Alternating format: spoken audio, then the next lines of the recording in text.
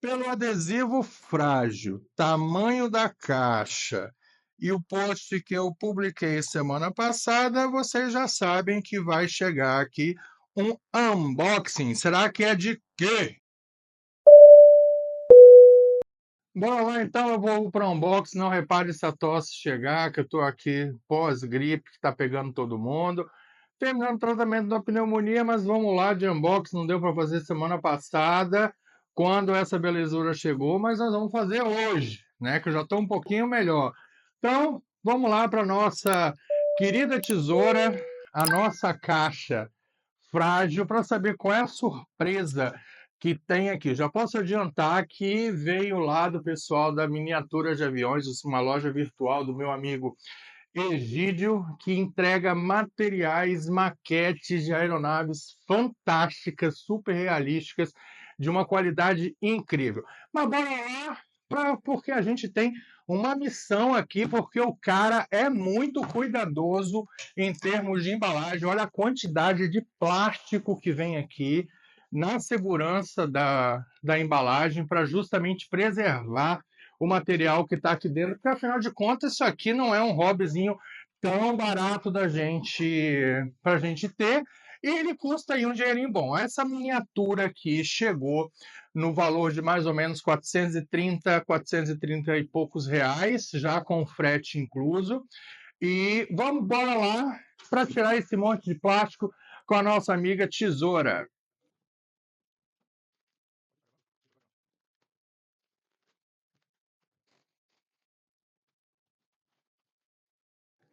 De tanto avião que eu recebo dele, gente, já tem até a prática de ter os pontos certos de cortar ah, os pontos críticos da embalagem para ficar mais fácil, né? Então, bora lá, já está quase chegando aqui.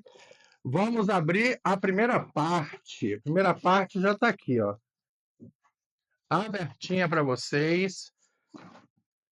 Olha por dentro, quantidade de proteção que vem de saco bolha aqui dentro dessa caixa, né?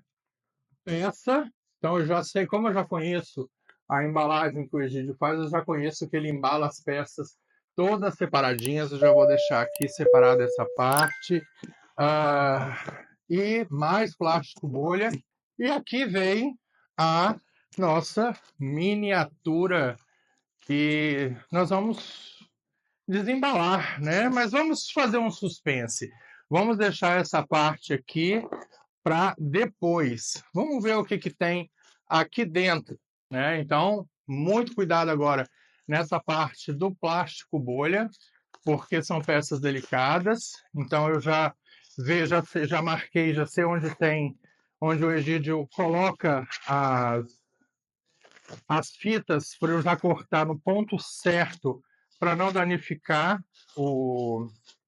as partes, né? E já vou aqui desenrolando mais plástico aqui, para vocês verem o nível de proteção que vem e segurança das peças. Aqui é o suporte. É onde este bonitão aqui vai ficar lá na estante. Isso aqui é o suporte de sustentação para mantê-lo na posição de voo, né? Então, bora lá agora cortar os pontos da fita para ficar mais fácil para a gente não danificar. Por isso eu gosto de cortar com a tesoura. Já vou achando aqui os plásticos,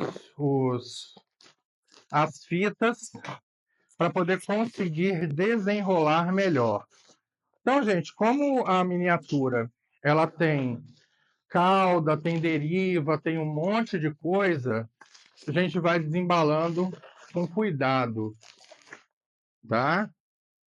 Então, aqui eu já consigo extrair uma parte. Opa, já tem alguma coisa aparecendo aqui de um avião da Transbrasil. Vamos dar uma cortadinha aqui nesse plástico bolha. Já está aparecendo alguma coisa. Então, ó, ele vem bem enrolado, bem protegido. Além do plástico bolha, ó, já tem uma embalagem plástica aqui protegendo a miniatura. Então, ó, trabalhoso? É, mas isso para mim se chama cuidado, zelo e carinho com o cliente que vai receber a miniatura. Vamos dar uma tirada nesse monte de plástico bolha que tem aqui. E temos aqui um belíssimo modelo do Boeing 727-100. Vamos tirar aqui agora do plástico. Unboxing integral, viu? Eu gosto de cortar tudo com a tesoura que fica mais fácil, facilita a minha vida. Então, ó, temos aqui. Percebam o brilho do material. Olha a qualidade, a pintura desse avião. É um avião icônico, tá? Um Boeing 727-100, tá? Que foi produzido aí de 1963 até 1972, mais ou menos 572 unidades. E eu tive, achando em fotos de família, que eu sei que eu tenho guardado em algum lugar, eu já viajei nesse avião, nesse Boeing 727, que é o Papa Tango Tango Yankee Hotel, né? Na década de 80, quando ele fazia parte da frota da Transbrasil. E foi numa época de edição especial de pintura de asa, onde as asas da Transbrasil tinham na sua cauda a famosa pintura arco-íris e as asas eram pintadas de cores diferentes de acordo com o grupo de matrícula, tanto aqui na parte de cima da asa quanto na parte de baixo da asa para a gente poder ver. E aqui vem o suporte, onde a gente encaixa para poder mantê-lo numa posição aí de decolagem, que afinal de contas o avião foi feito para poder voar. Mas vamos falar um pouco aqui dessa miniatura, gente. Essa miniatura chegou aqui na coleção no dia 29 de maio, veio do pessoal lá da loja virtual Miniaturas de Aviões, que eu vou deixar o link aqui na descrição do meu amigo Egídio, que ele é muito preocupado com a qualidade do material que ele entrega para a gente. Tá? Então, é um avião que é feito de lã de fibra de vidro com resina de muita resistência, tá? Ele está na escala 1 para 100. O que é a escala 1 para 100? Escala 1 para 100 são 100 vezes menor do que o tamanho do modelo original, tá? Então, só copiando aqui a minha cola. Então, pessoal, esse aqui é o 727 27C, mas você não falou agora há pouco, Sandro, que isso aqui era um 727-100? Pois é, ele é um 727-100, mas quando uma empresa pede uma especificação bem detalhada de um tipo de aeronave, ela acaba colocando uma numeração nesse avião, e nesse caso aqui, a Braniff International Airways, que foi a primeira companhia que voou com esse 727-100, né? Ela pediu para utilizar o número 27C, C significa curto, né? Porque ele é um avião menor, né? Então vamos falar aqui um pouco sobre esse avião, mas antes de falar desse avião, eu queria contar a história dele na minha vida, né? Eu já viajei com esse 727, o Papa Tango Tango Yankee Hotel, em 1987. Eu lembro que eu estava de braço quebrado, numas férias, voltando de Aracaju para o Galeão e depois do Galeão para Vitória, numa viagem de família. Eu tinha 6 para 7 anos.